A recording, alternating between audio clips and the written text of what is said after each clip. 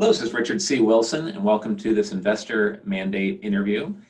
We have with us Yannick today, who's going to be talking about angel investing, and also he comes from the Northeast area of the United States and has been at a few of our events before. So welcome, Yannick. Thank you. Thanks for having me. Great. So how would you describe yourself as an investor or your angel investment group itself? So my group, first of all, my name is Yannick. My group is Mid-Atlantic.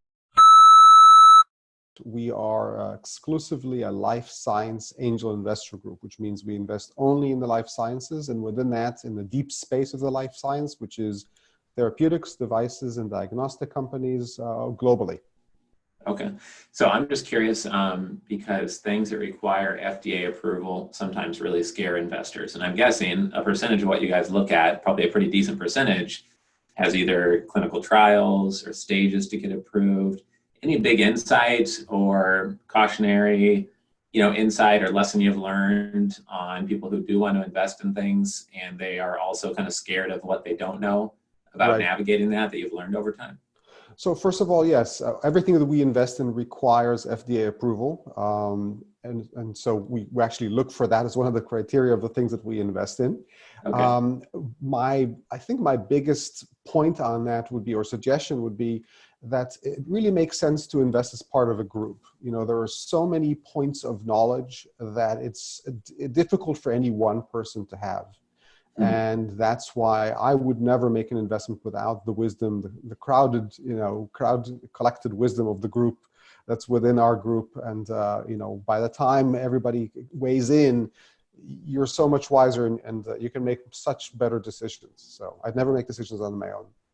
Right. Yeah. And I could definitely see how that would be, especially in such an area that's so complex. We're looking at a chain of dental clinics, and we've been able to find 3 dentists who have sold their chains of dental clinics.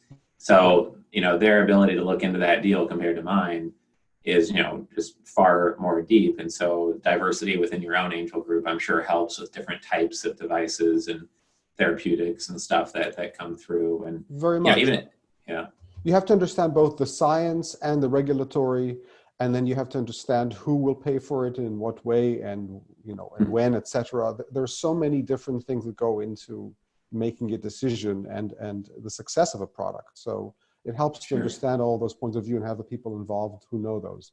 Sure. So I'm just curious. I would guess that a high percentage of your angel members, would be people that have, that are doctors or dentists or that made their money already in healthcare. How many kind of wandering off the street and just say, hey, I just like healthcare, but it's not my background. I didn't make my money in it. I don't have a doctorate degree. What does that look like for you guys? The overwhelming majority of the people in the group are either MDs, as you said, or people who work for pharma and device companies. It takes a certain type of individual to understand both the science as well as the business of the science. Right. So there are the aspects, if you're an MD, you understand the patient part of it, but you may not necessarily understand the commercialization path.